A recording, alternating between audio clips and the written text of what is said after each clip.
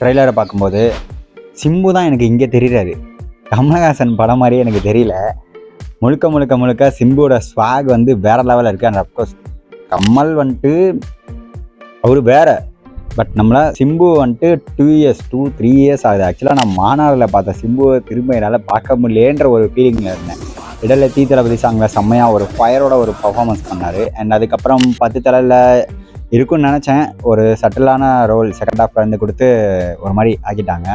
So but இந்த படத்தில் வந்து முக்கியமாக அந்த ட்ரெய்லரில் வந்துட்டு ஓப்பனிங்கில் ஒரு மாதிரி சாமிங்காக ஒரு லைக் ஒரு அப்பா பையன் மாதிரி போனாலும் அண்ட் அந்த மிடில் வரும் பார்த்தீங்களா அந்த டைலாக்,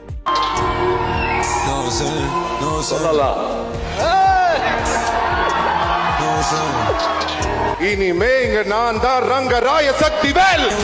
எஸ், அந்த டைலாக்ல இருந்து ட்ரெய்லரோட அந்த பர்ஸ்பெக்டிவே மாறின மாதிரி இருந்துச்சு. கமலஹாசன் கழுத்தை பிடிச்சிட்டு ஒரு ஃப்ரேம் இருக்கும் பார்த்தீங்களா, ஸோ அது அந்த லுக்லேயே பார்த்தீங்கன்னா ஒரு மாதிரி ஈவில்னஸாக இருக்கும். அந்த டைலாக்கும் அதுக்கும் கரெக்டாக இருக்கும். எனக்கும் யமனுக்கும் நடக்கிற போர்ன்ற மாதிரி டைலாக் இருக்கும் இல்லையா, ஸோ அந்த டைலாக்கும் அந்த ஃப்ரேமுக்கும் சூப்பராகவே இருக்கும். அண்ட் இந்த மாதிரியான ஒரு சிம்பு வந்து பார்த்து ரொம்ப நாள் ஆச்சு.